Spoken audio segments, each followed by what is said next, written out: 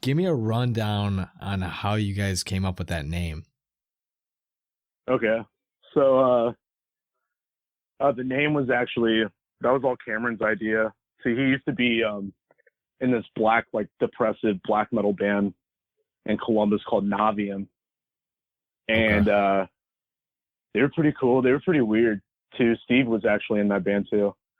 And they would wear like black like cloaks like around their faces and stuff. And he went by this persona called Sanguine Black or Sanguisugabogg. I can't remember exactly. Yeah. And originally the band was going to be like a one-man band type thing or just a two-piece. Yeah. And it was just going to be him on guitar, and he was going to have like pitch-shifted vocals. And he took Sanguisuga and then his last name and mixed it together.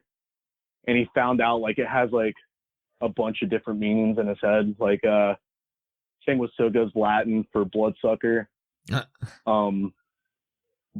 Bog is like a British term for a toilet. Or it's a Slavic meaning for like a higher being, like a god. So it's basically like a blood-sucking god. Gotcha. And he just wanted something different, man. Like he thought of a name that people could just like spend forever in a day trying to figure out what the hell it is.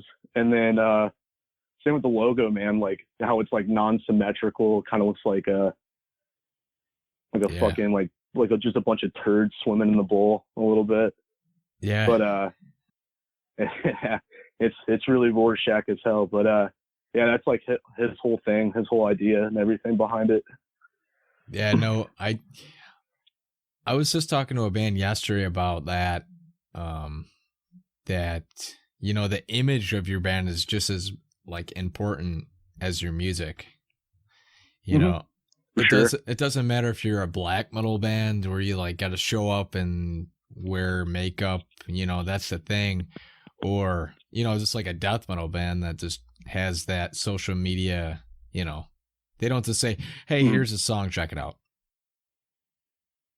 Yeah, exactly. I think that's what turns more people on to bands and stuff that are floating around the internet, is like they're actually talking to you and stuff. It's not just music and then nothing else. It's not just some cookie cutter stuff. You gotta let your personality shine through, and then have basically like a whole backstory on the band.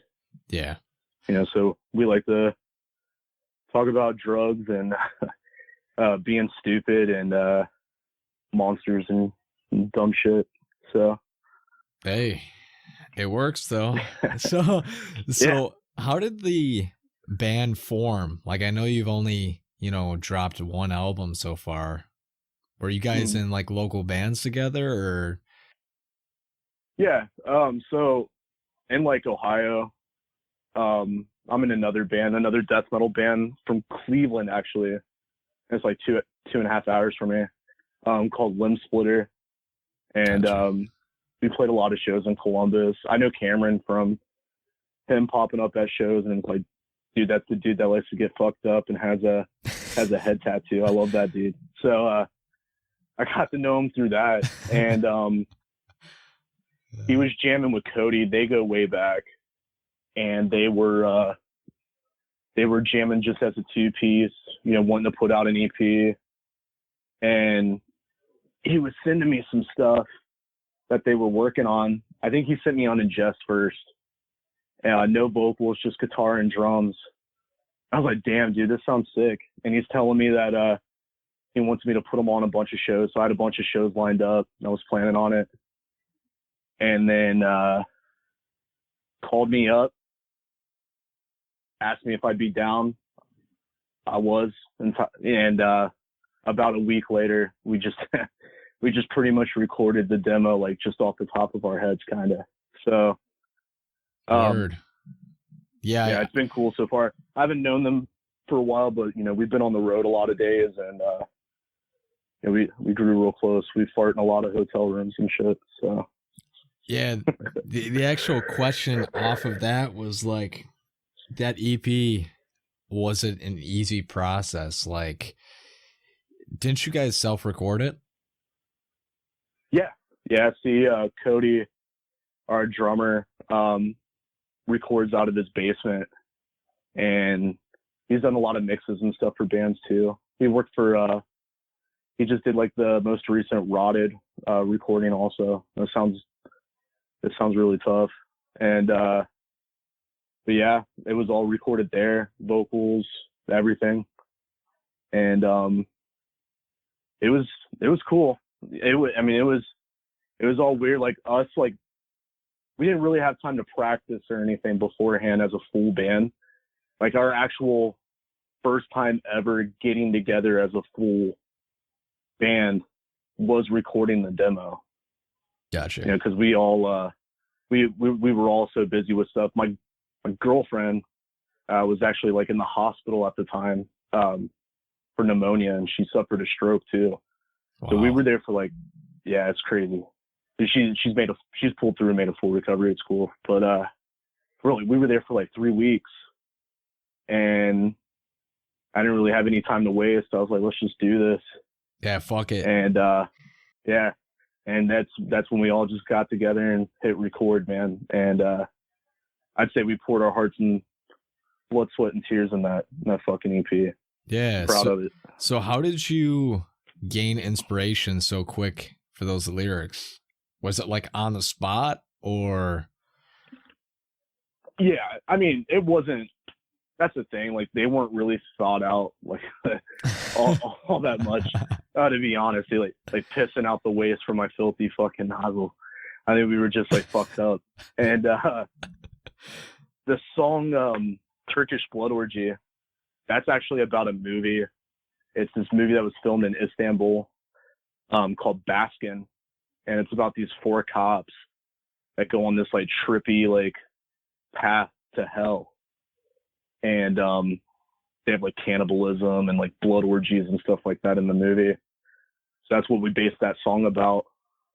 And then Traversed Arranged, like when I first heard like the drum parts of it and everything, I thought of hip hop, you know, so I just kind of went with the beat, and I guess in a way it was like a death metal freestyle. And then I'd record a verse or something, and I'd be like, oh dude, I got to go back. I'm gonna add this in it. Gotcha. Or I'm gonna add a scream or like a weird like pig like guttural type thing with it. So sure. So like I said earlier, you guys have only had one EP, and like it's got some like major attention right now. Like, how does that make you feel about the next release? Does it like, you know, stress any of you guys out, or is it, you know, push you guys to the limits, or what? So some of the songs that are going to be on the full length are songs that we already had like in our back pocket. We just didn't put on the EP. Yeah. So, we're excited for it. Like, we're static. We're ready to finish the record like ASAP. We're all jacked on it. And I would say it's kind of bittersweet in some ways, because like this month we had a lot of shows canceled. We even had like a small run with like a really big band canceled, and it gives us more time to work on the full length. Yeah, which exactly. That's cool. So we can tighten up and stuff too, like where we think we need it. And we're not in any rush. But also in a way, like it kind of scares us a little bit, because it's got a lot of expectation. You know, people are wondering, people are stoked on it, and people are also stoked and like, dude, can they put out, you know, 7 songs, 8 songs, and still, you know, hold the torch, you know, as compared to the EP. And I personally think like every song on the new release is better and heavier than the EP, and it's longer too. Like, we have a song that's pushing almost 6 minutes. Wow. I mean, which is long for us. But yeah, that's super long. the type of music that you guys play. But yeah, no, I always get curious about that because, you know, bands that drop something immediately that hits the ground running, like usually it's either a huge success or a huge, like, you know, holy fuck, we got to drop an album, and like people flip out, and I don't know, it just goes to shit. But oh yeah, most bands, you know, people usually say like, "I'll do the first 2 or first 3 albums are sick," Yep. and then anything else after that, just whatever. But right, I think the full length is probably going to be the hard one to top. Yeah, it's got a lot more cooler shit in it, and we play like 4 of the songs on the full length. We play 4 of them live, and they get some good well responses. That Rochester show you were at, there were people doing sit-ups to one of the songs and stuff too. Yeah. The funny thing about that is my friend. Shout out to Joe and Will, because nice. Yeah, that was them. That was my friends. But yeah, I was drunk in the corner, so I was, yeah. Dude, we were all drunk. Fucking me and Cameron would do this thing where we go on stage and we'd be like, "God damn it, I'm drunk again." Fuck. So what has been the most rewarding part about, you know, hitting the road? For me, it's seeing a lot of friends that I haven't seen in a while. Cody and Cameron, we've all been in other touring bands and stuff too. Yeah. And so that's always fun, or seeing family or something. Also seeing like people from other bands come out to shows, and seeing people from other bands like invite us out to eat or party with them and shit. Like, I'd never expect that. Yeah. I geek out about that all the time, and I can't help it. Like, if it's someone that's kind of a big deal, like I'm the first one to gas them up and, yeah, you know, kiss ass a little bit. I don't care. It's kind of funny because I was talking to Cameron about you guys playing shows and shit, and he was like, "Yeah, man, on Death, man, we love those fucking guys." And oh yeah, dude.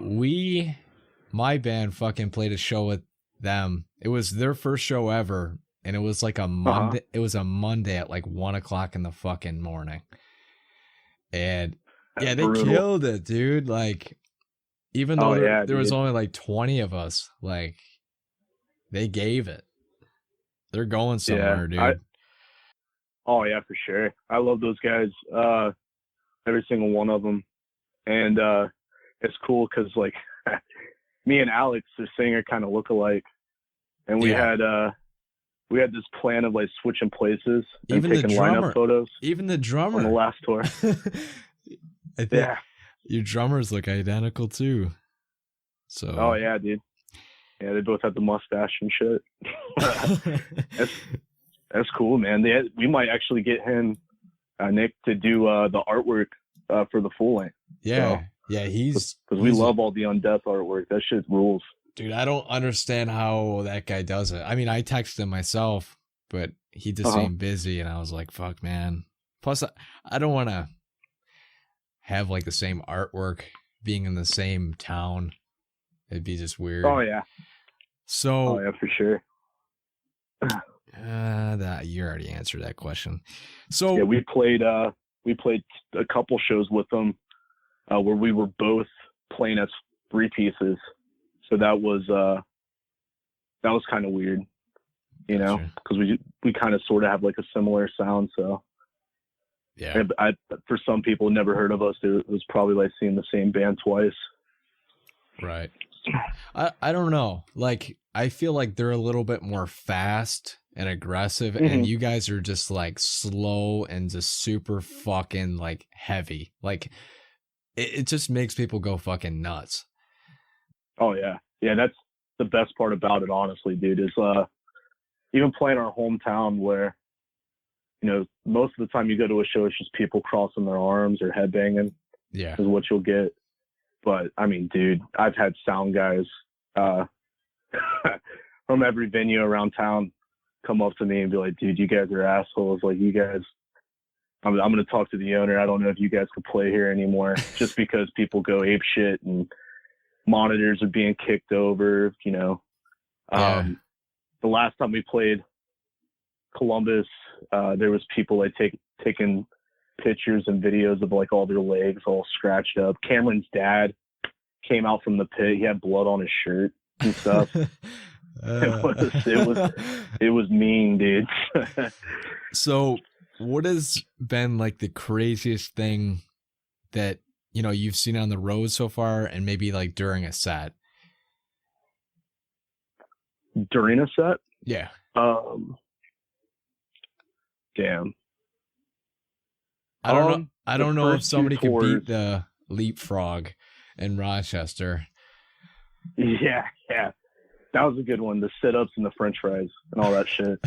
There's the one dude that actually picked up the french fries off the ground and ate them. Yep. That was insane. Dude, I could just imagine what's on that floor. Oh, for sure. Yeah, I would say, like, the first 2 tours that we did, I would just throw out there, like, out of nowhere, like, let's do a Wall of Death on this song, Yeah.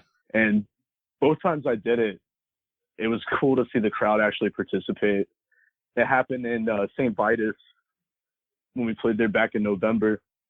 Yeah. And then when we went on tour with Creeping Death, we played, this is so cool. We played on the floor at a Catholic church. And it was us, Creeping Death, and this band from over there called Gulch, this punk band. Yeah. Somebody was literally just talking about that dude. band yesterday. Oh, they're amazing. And dude, they killed it. They played like 4 songs and ended their set. Didn't even say bye to anybody. And there was so many people there. I mean, it was asses to elbows packed. And I got everybody to do a Wall of Death while we're on the floor in a church, completely shot, just stoned. And I just see people just running into each other like, psychopaths. And it was the coolest thing ever, dude. I love that. I miss that. I miss playing shows, man. Stuff like that. And it's just every tour there's something else. It doesn't surprise me anymore. Yeah. Like that sold out show we played in LA, people had no room at all. Like it was to the max capacity where the fire department could be called at any minute. And people were still climbing on top of each other and stuff. It was crazy. Right. So. Jesus. All right. So my my last question to you was, I saw something about you putting business cards for Maggot Stomp Records. So you're a part of that now, right? Yeah, I guess in some ways. It kind of started off as like a joke, just fucking around, because the 200 Stabling dudes, all those guys are actually like really good friends of mine, and I helped them get that deal with Scott, and their shit just came out the other day. It's fucking amazing. And we got to talking, and I was just like, dude, I'll listen to like any demo or something that you just don't have time to listen to, you know? Yeah. And we always talk about bands and stuff because not to bust his balls, he's an older dude. So and he likes a lot of the bands that I like, more like brutal, like 90s bands and stuff. Right. And we go back and forth. So anytime I hear something, he'll check it out. He'll always write me back and be like, dude, they're sick. Let me talk to them or something. And any band that, reaches out to me and stuff, I've helped manage tours and things like that too. So I work in that kind of aspect of it. So, right. yeah, I mean, I think because our band is just so close with Scott, it's crazy. Like, people have came up to us on our first tour and asked if we ran Maggot Stomp because we were like the only band they heard of from that label besides like Frozen Soul or somebody. And so yeah, he gave me all those cards and everything, and he was like, yeah, man. He was like, just plug, just shout some bands out to me, and you hear anything you like, send it my way. So sweet. That's awesome, dude. I also do. I'm also working with Roger from Mortician, his label. Yeah, shit. I'm doing a lot of stuff with him and Primitive Recordings. We're actually going to be coming out with like videos and stuff like that. I help him with with merch designs and stuff like that too. He texted me the other day wanting to do Sanguisugabogg book tags, and I was like, dude, I think we're killing people with all these like merch designs and stuff for right now. But yeah, I'll be doing like this little show or something on the internet that he's wanting to put out. So I'll be working with them pretty soon once all the lockdowns and shit are done and over with. Yeah, this stuff's fucking dumb. Oh yeah, man. So we go ahead. We had a lot of cool stuff that we had to postpone. Dude, like literally next week we were supposed to go out and play 3 or 4 shows with Black Dahlia. Yeah. And that got canned, amongst other things. That's the only thing I've really told anybody about. There's still a couple things that might actually happen. Hopefully that happens again, because like, that new album, Black Dahlia, it's great, isn't it? Yeah, man, I love them. Mm-hmm. I used to not be a big fan of them, and then my buddy's like, dude, like, just give them a shot. And I don't know, they kind of grew on me, and now they're one of my favorites. So yeah, that's kind of what happened to me too. Is I would see them on some bills that I plan on already going to anyways, and they were just like a kicker, Yeah. And I would see their merch like in mall windows at like Hot Topic and stuff. So I had a whole totally different opinion about them, Right. And then I see like their singers wearing a Gorgasm shirt at this show, and I checked them out. I was just like, they're totally not what I thought they were. And they killed it, man. I've seen them with Suffocation. Seen them with Exhumed.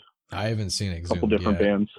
But yeah, I saw him on that tour with Suffocation. Who the fuck else was on that? Yeah. I don't remember, but yeah. So is there anything else that you want to like promote right now? I don't know. New merch, something you got? Yeah, for sure. Pretty soon, I think we're going to be putting up the rest of our tour merch up online that we have left over from the last headline that we did.